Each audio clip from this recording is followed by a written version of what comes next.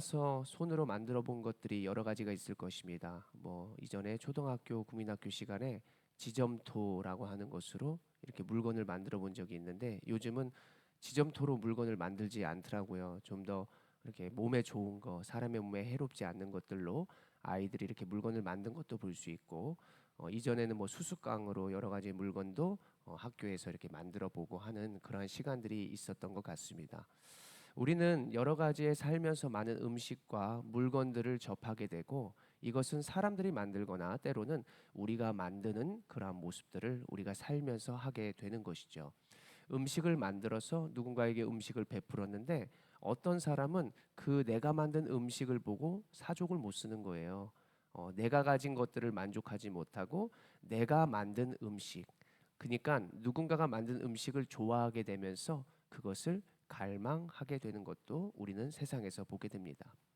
또 많은 작가들이 있는데 그림을 이렇게 그려서 또 물건을 이렇게 팔게 되는데 집안에 모시면서 또 그 그림을 보면서 기뻐하는 또 사람들의 모습들도 우리는 보게 됩니다. 누군가에게 어떠한 옷을 뜨개질을 해서 옷을 또 줄 수 있는데 어떠한 사람은 그 옷을 걸치면서 나 누군가가 이 옷을 만들어 줬어 하면서 자랑하는 모습도 있게 되는 것이죠. 제가 지금 이제 보여주는 이제 그림이 있을 것인데 이것은 일본에서 발견된 이너 미라라고 하는 것입니다. 길이가 약 한 30cm 정도가 되는 미라예요. 이빨도 있고 손에 손톱도 있고 하체에는 비닐도 보였습니다. 그런데 사람들이 DNA 분석을 해보니까 이것이 가짜라고 판명이 났습니다. 왜 사람들이 저것을 가짜로 만들었을까? 일본 사람들은 인어를 굉장히 신성시하였고 그리고 위에는 사람으로 표현된 그러한 모습을 가지고 있는 미라를 우상으로 섬기면서 그리고 사람들이 만족을 가졌다고 합니다. 그렇게 사람의 형상을 가진 인어가 오랜전부터 우상을 섬겨왔다, 우상으로 가져왔다는 것은 그들의 질병을 물리쳐주고 또 그리고 그들과 친숙한 사람의 모습의 형상을 가졌기 때문에 이것을 우상으로 섬겼다라고 하는 것입니다. 이렇게 사람은 스스로의 죽음과 미래를 알 수 없기 때문에 자신들이 의지할 수 있는 것들, 좀 더 친숙한 것들을 만들어서 내 몸에 지니기도 하고 그것을 바라보면서 나의 죽음을 잊고 그리고 나의 감정을 다스리면서 세상의 사람들은 살아가는 모습을 보게 되고 우상과 역사의 문화가 우리의 인생과 지난날의 역사 속에 함께했다는 것을 우리는 생각해보고 살펴볼 수 있었습니다. 오늘 우리가 보는 사도행전 19장은 바울이 3차 전도 여행 때 보여준 그러한 모습, 즉 에베소라고 하는 지역에서 바울이 사역했던 모습을 보여주고 있는 것입니다. 그는 에베소에서 3년이라고 하는 시간을 갖게 되는데 그중 두란노 서원이라고 하는 곳에서 2년 동안 말씀을 강론하게 되는 것이죠. 그래서 온누리 교회의 하용조 목사님은 이 사도행전 19장을 가지고 자신의 생각과 모든 철학을 집어넣어 두란노 서원이라고 하는 것을 만들게 되는 것이죠. 이미 고인은 되셨지만 지금 두란노 서원에서 큐티 사역과 출판 사역과 미디어 사역으로 복음을 확장하는 그런 모습도 보게 되는 것입니다. 그렇게 사도행전 19장은 복음의 부흥을 가져왔던 사건과 모습들이 있었다는 것을 우리는 19장을 통해서 알게 되는 것입니다.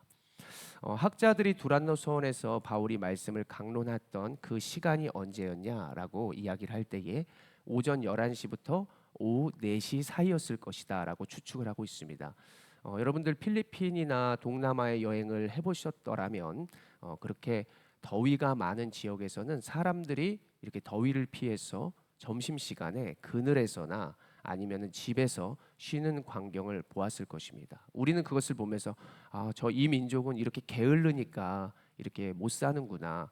저는 처음에 사람들이 굉장히 게으르다라고 생각을 했는데 그 당시의 생활 관습과 문화가 그때 쉬지 아니하면 사람들은 그 무더위에서 견딜 수도 없고 그리고 이겨낼 수 없다 하여서 이미 오래전부터 조상들부터 그 땡볕과 무더위에서 일하는 것은 도리어 미련한 것이다라고 하여서 그때 휴식을 취했다 하죠. 그래서 오늘 에베소의 모습도 11시 정도부터 오후 4시 사이에 사람들이 점심을 먹고 취침을 하는 그 시간이었는데 바울은 그 시간을 가지고 말씀을 강론하는 시간으로 그는 활용하였습니다.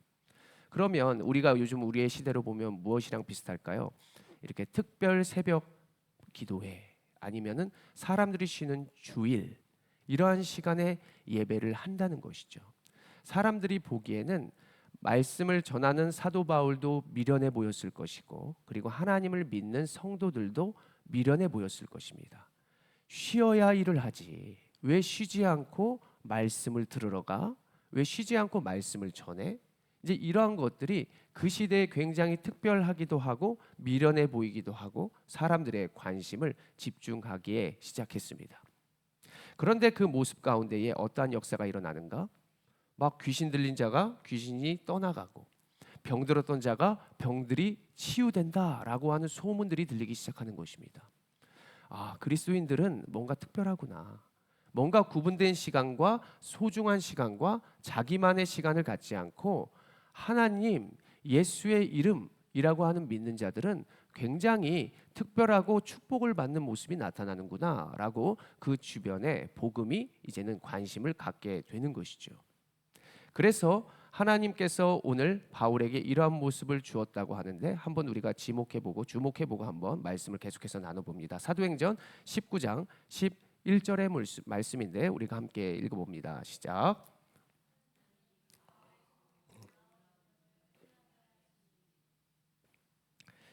심지어 사람들이 바울의 몸에서 손수건이나 앞치마를 가져다가 병든 사람에게 얹으면 그 병이 떠나고 악귀도 나가더라라고 하는 말씀도 있습니다. 바울이 손수건이나 앞치마를 그 병든 자에게 얹으면 그 병이 떠나가고 귀신이 떠나는 역사가 나타나게 되는 거였다는 것이죠. 이것이 사람의 힘으로 할 수 있었을까?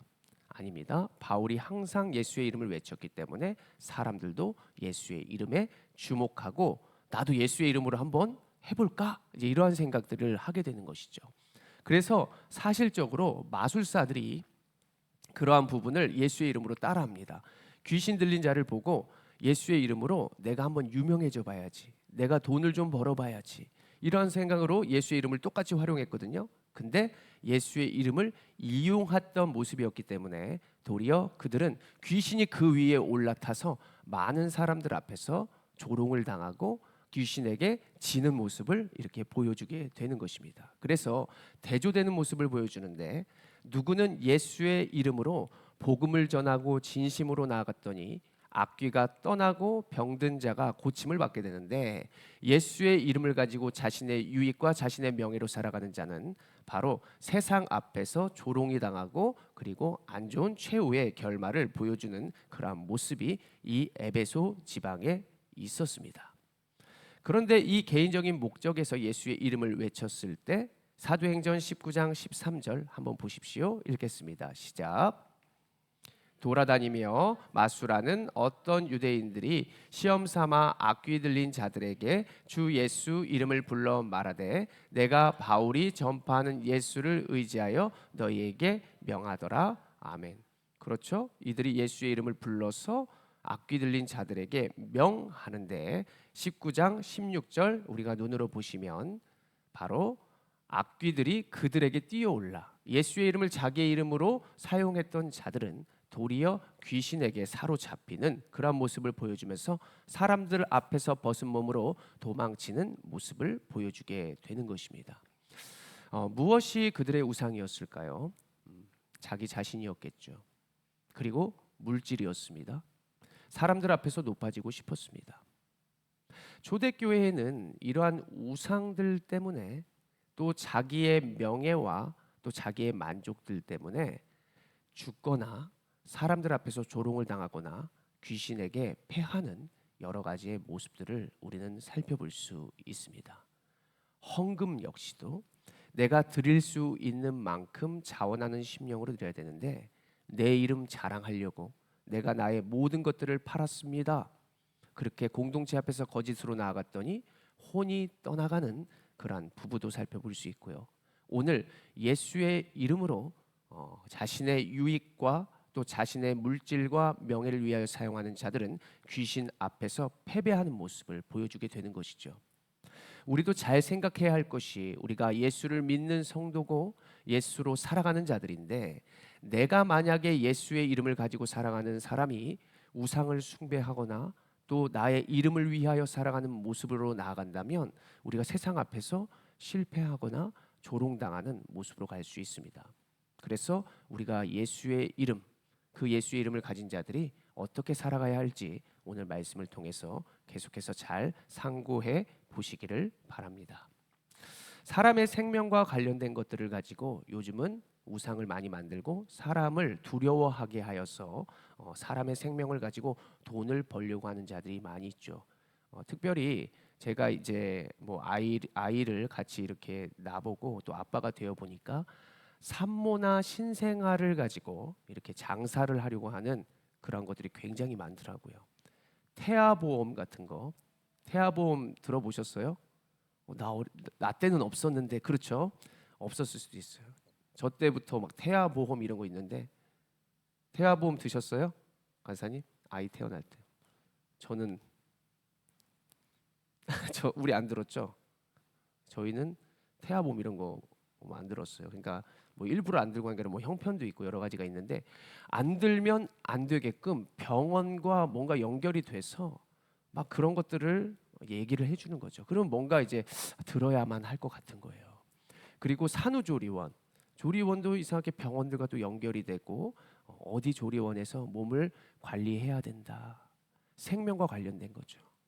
자녀 역시도 어떠한 기저귀를 쓰고 어떠한 분유를 쓰고 또 그리고 어떠한 유모차를 타고 유모차가 바퀴가 크거나 이렇게 그러지 않으면 아이 뇌에 별로 좋지 않다 하여서 바퀴도 처음에는 막 큰 걸로 해서 아이들 데리고 놀러 다니면 굉장히 엄마 아빠는 힘들죠.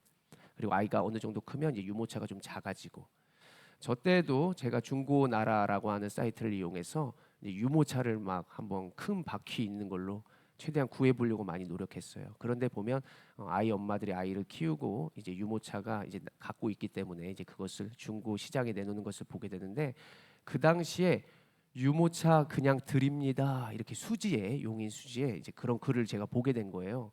근데 사진을 보니까 그 당시에 브랜드가 뭐 수입차 뭐 진짜 수입의 B라고 하는 그런 브랜드의 자동차급의 유모차라고 영국 황실에서 이렇게 하는 그런 유모차와 거의 비슷한 그러한 소재와 이 모습으로 만들어졌다는 유모차를 그냥 드린다는 그것에 제가 올린 지 얼마 몇 초도 안 돼서 제가 그걸 본 거예요. 그래서 그거를 제가 딱 댓글을 달아서 용인 수지 동천동 풍덕천동 그쪽으로 이제 제가 가게 됐죠. 가니까 굉장히 젊은 부부인데 유모차를 선물로 너무 많이 받았다는 거예요. 그러면서 그 유모차를 보여주는데 너무 새 거인 거죠. 그래서 제가 그것을 그냥 받아도 되는 거예요. 이제 그러니까는 그냥 받아 가시라는 거예요. 그래서 제가 그때 당시에 초코파이랑 아마 그 귤 이렇게 봉다리로 해서 이렇게 감사해서 드렸던 적 기억이 있는데요. 그 굉장한 유모차를 또 이렇게 아이를 이렇게 큰 애를 이렇게 태우면서 또 그 좋은 유모차를 제 주변에 가까운 지인에게 그냥 선물로 준 기억이 있습니다. 이렇게 아이와 관련된 물건들 굉장히 비싸도 내가 사게 되고 아이의 생명과 또 아이의 모습을 때문에 이렇게 여러 가지를 우리가 사게 되는 것도 보게 되죠. 이렇게 생명과 관련된 것으로 많은 사람들이 요즘 이렇게 장사를 하고 아이들 초등학교 앞에서도 저 때만 해도 뭐 달고나라든가 이런 뽑기 뭐 이렇게 게임기 이런 것도 또 병아리 이렇게 파는 아저씨들이 또 얼마나 많았는지 모릅니다. 어찌됐든 오늘의 본문도 자신의 수익을 위해서 유익을 위해서 예수의 이름을 이용하여서 사람들 앞에서 어떤 이는 패하는 모습을 보여주고 어떤 사람은 말씀으로 흥황하고 하나님의 이적을 나타내 보여주는 이런 대조적인 모습을 보여줍니다. 왜 똑같은 예수의 이름인데 가장 귀한 도구와 값진 것을 가지고 있음에도 이렇게 사람은 대조적으로 결과가 나타나게 될까? 오늘 사도행전 19장 24절의 말씀 우리가 한번 오늘의 말씀의 본문으로 같이 읽어 내려가 보겠습니다. 읽겠습니다. 24절이요. 시작.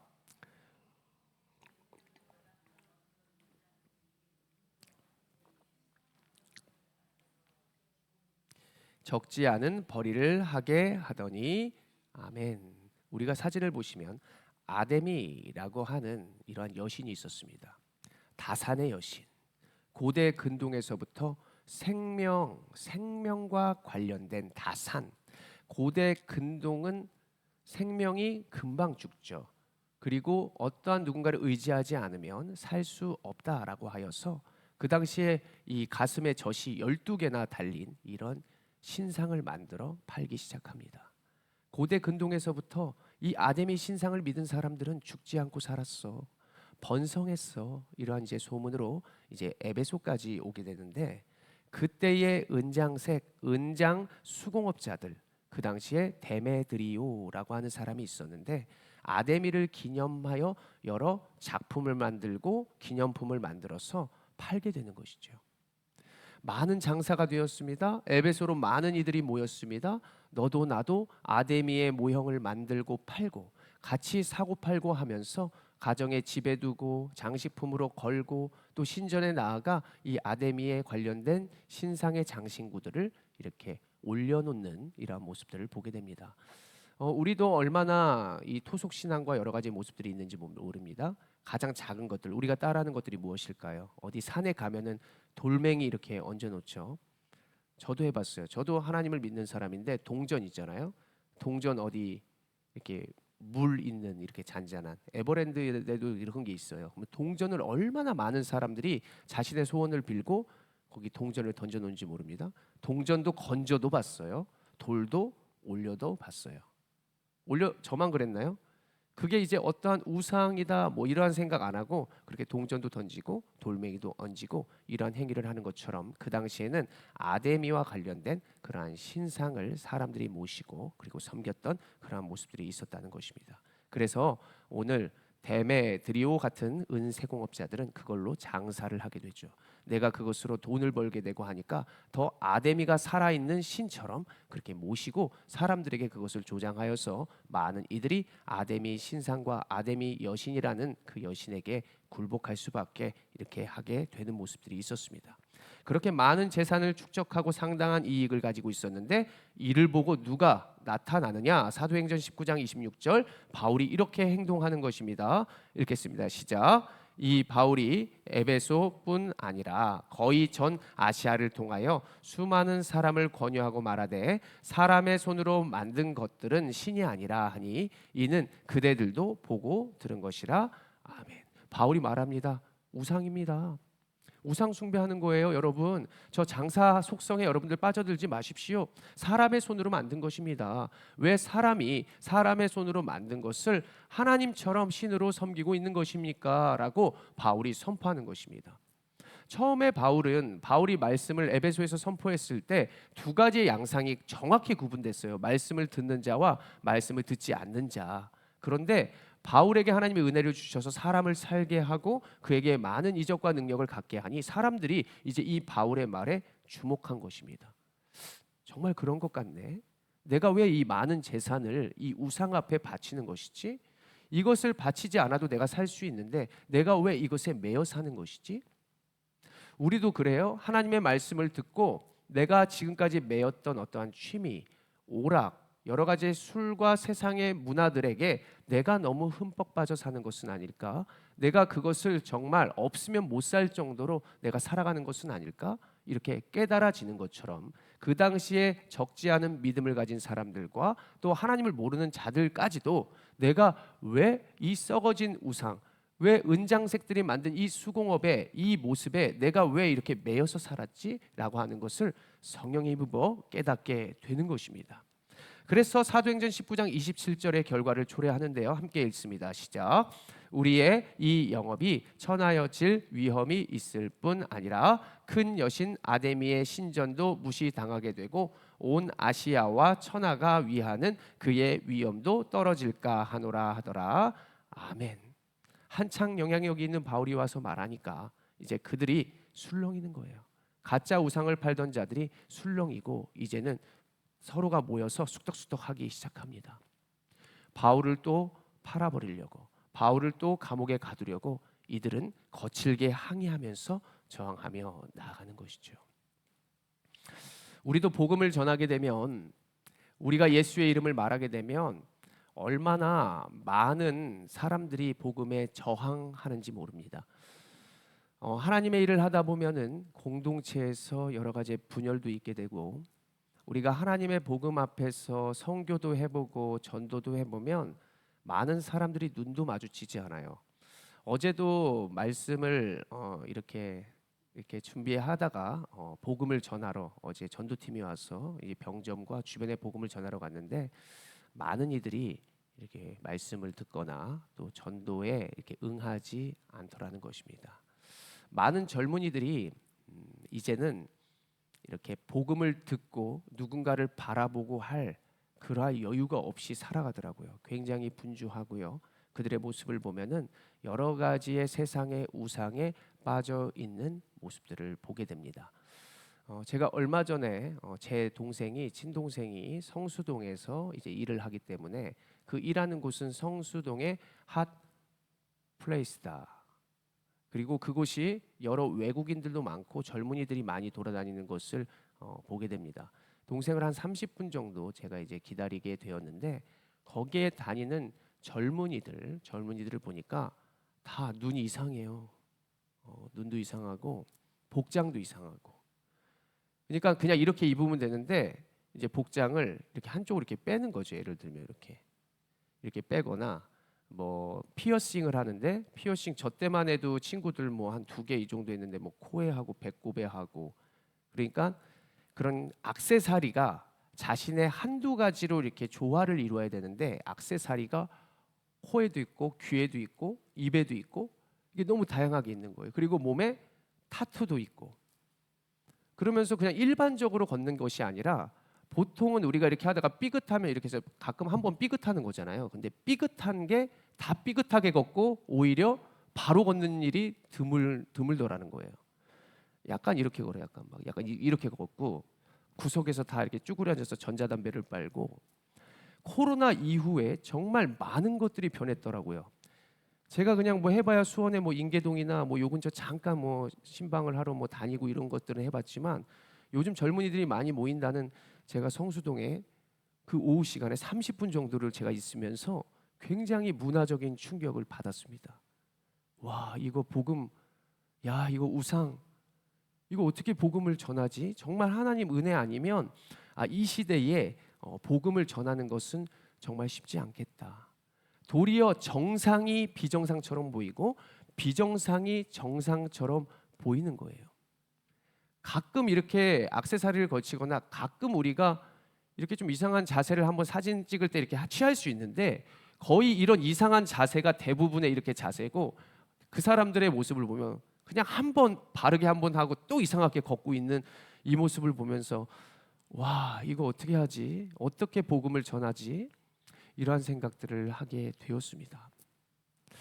우리는 하나님의 은혜로 지금 육적인 것과 영적인 것도 분별하고 이 세상을 바라보면서 어떻게 내가 복음으로 살아갈까 지금 직시하고 있는 이것이 하나님의 은혜인 줄로 믿으시기를 바랍니다. 우리가 먼저 세상 앞에 복음을 전하려면 우리의 믿는 대상과 또 우리의 삶의 모습이 뚜렷해야 되겠죠.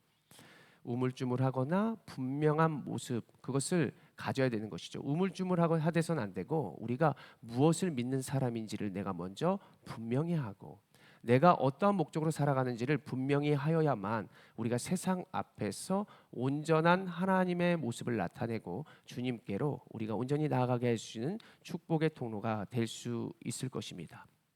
이 세상에 많은 우상들이 있다고 하는데, 그 중에 2023년도에 이렇게 한 리서치에서 조사를 하였다고 해요. 우리가 그래프를 보시면 잘 보일라 모르겠지만, 이 시대의 가장 큰 우상은 어느 때와 다르지 않게 1위가 돈이었고, 그리고 안락함이라고 하는 우상과 권력, 인정, 명예, 이제 이렇게 나타납니다. 이전에 권력이 굉장히 높았다라면 이제는 편안함을 많이 추구해요. 불편한 거 싫어합니다.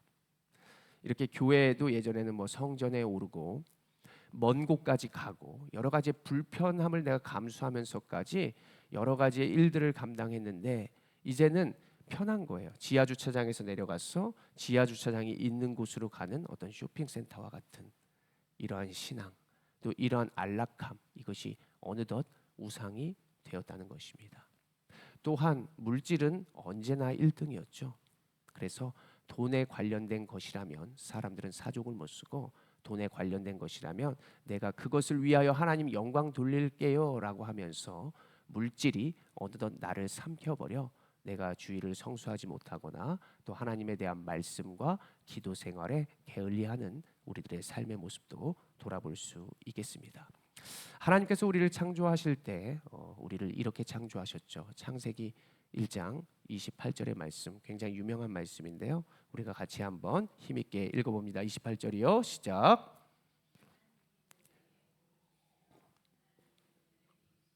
생육하고 번성하여 땅에 충만하라. 땅을 정복하라. 바다의 물고기와 하늘의 새와 땅에 움직이는 모든 생물을 다스리라 하시니라. 아멘. 다스리라라고 하는 것은 이기라, 지배하라라고 하는 것입니다. 내가 그것에 지배당하라라가 아니라 우리가 지배를 해야 하는 것이죠.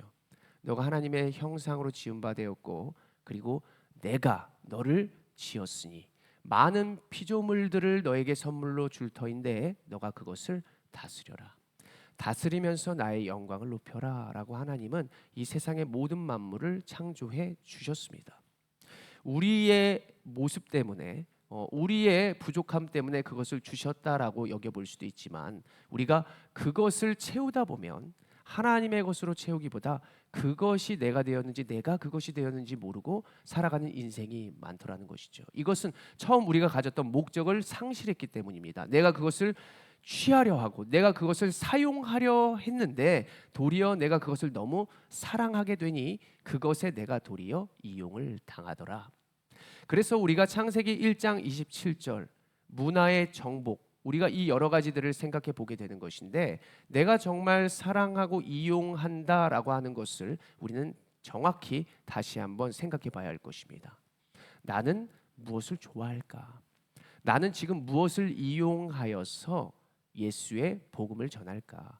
무엇을 이용하면서 나는 돈벌이를 하고 있을까?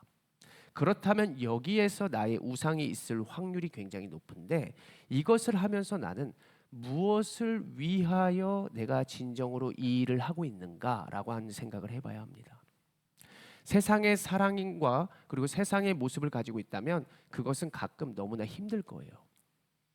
내가 나의 유익과 또 내 이름을 위해서 하기 때문이죠. 그러나 정말 하나님 영광 위하여 하는 것이라면 하나님께서 힘도 주시는 것도 물론이요, 분명히 그것을 정복하게 함으로써 우리가 힘차게 살아갈 수 있는 힘과 축복을 더하여 주실 것을 여러분들 꼭 믿으시기를 바랍니다. 나를 위함이 아니라 남을 위함으로 나아가라. 이것이 복음의 기초적인 원리입니다. 나를 위해서만 사는 것이 아니라 남을 위해서 사는 삶, 이것이 복음이죠. 우리가 가정에서도 나만을 생각한다면 가정에 헌신할 수 없습니다. 예수님도 남을 위하여 하였지, 그래서 그 남을 위한 인생의 시작이 우리의 가정에서 시작이다. 우리 아내에게, 우리 남편에게, 우리 자녀에게 내가 눈높이를 맞추고 그들과 같은 언어와 그들의 삶을 내가 이해하면서 함께 동행하며 손잡고 나아가는 것이 남을 위한 삶의 시작인 것이죠. 저도 우리의 가정 배우자랑도 정말 저랑 많은 모습이 다르고, 사랑하는 자녀들도 지난날의 저의 모습보다 더한 모습도 많습니다. 내가 그들의 생각을 이해하지 못하고 눈높이에 맞추지 않으면 결코 사랑할 수 없죠. 이것은 복음적인 삶의 시작, 예수의 이름, 예수 그리스도를 통하여 그들을 바라보지 않으면, 내가 우리의 가정을 바라보지 않으면 끝까지 우리 가정에서 사명 감당할 수 없습니다. 내가 왜 치워야 되지? 내가 왜 더 헌신해야 되지? 왜 내가 더 그것에 있어서 더 손해를 봐야 하지? 이러한 세상의 이름, 세상의 모습으로 나아가면 우리는 가정에서부터 무너지는 것입니다. 밖에서 잘한다고요? 외식적인 것이죠. 밖에서 잘하면 집에서 승질내요. 집에서 웃으면서 축복하는 사람은 밖에서도 계속해서 잘할 수밖에 없습니다. 우리는 그 훈련을 지금도 하는 과정 중에 있고 그 훈련을 해야 합니다. 그래서 무엇보다 오늘 예수의 이름으로 복음을 전하기 전에 우리가 먼저 강조하고 싶은 것은, 내가 우리의 자녀에게, 우리의 손주에게, 또 우리의 주변에게 가장 가까운 가족들에게 어떻게 나아가고 있는가? 정말 예수의 이름이라면 그 마음으로 나아가야 할까? 그러면 우리는 복음을 전하는 데 있어서 기쁨이 없고 영원할 수 없다. 가정을 위해서 더 눈물을 흘려야 할 것이며 내가 더 예수님의 모습처럼 살아가려면 정말 주님 앞에 엎드리고 주님의 힘이 아니면 내가 할 수 없습니다. 라고 하는 기도 제목을 앞세워서 여러분들의 가정을 먼저 세워야 할 줄로 믿습니다. 그 가정이 세워져야 우리의 교회에 와서도 우리의 모습이 온전한 모습이 될 것이고 그 온전한 모습이 세상 앞에 보여졌을 때도 예수의 이름이 나를 이용한 모습이 아니라 예수의 이름이 세상과 다른 그러한 이름의 목적이 되어서 분명히 하나님의 영광이 되는 것은 물론이요 세상 사람들도 그 예수의 이름을 알고 복음을 믿으려 할 것입니다. 제가 살다 보니까 남이 나를 찾고 나를 의지하게 된다면 힘이 생기더라고요. 당신 때문에 내가 살아갑니다. 당신 때문에 내가 힘이 납니다. 이렇게 그런 말을 들으면 힘이 생기더라는 것입니다. 그래서 우리가 앞으로 살아갈 때 하나님께서 분명히 이러한 역할을 우리에게 주신다는 거예요. 이것은 복음을 전할 수 있는 특권을 주셨다. 내가 아니면 안 되는 것이 있는 것이죠. 그때 교만해야 하는 것이 아니라 예수의 이름으로 살아가야 한다는 것. 분명히 누군가를 통해서나 내가 하나님께서 주시는 감정 가운데 그런 것들이 있습니다. 권사님 아니면 안 돼요. 우리 집사님 아니면 안 돼요. 전도사님 아니면 안 되고요. 목사님이 있어서 너무나 감사합니다라는 말을 들었을 때 우리가 더욱더 예수의 이름 앞에 엎드려 그분의 모습과 마음으로 우리가 계속해서 더욱더 담대히 사명을 감당해야 할 줄로 믿습니다. 예수 그리스도의 이름이 우리에게 가장 멋진 선물이 되었습니다. 여러분 앞으로 살아가면서 나의 이름과 세상의 이름을 높이는 그러한 모델로 살아가는 것이 아니라 예수의 이름과 예수의 마음을 품고 여러분들의 가정과 교회와 그리고 여러분들의 주변을 복음으로 확장시켜 나아가는 여러분들의 인생 되시기를 간절히 소원합니다. 기도하겠습니다. 거룩하신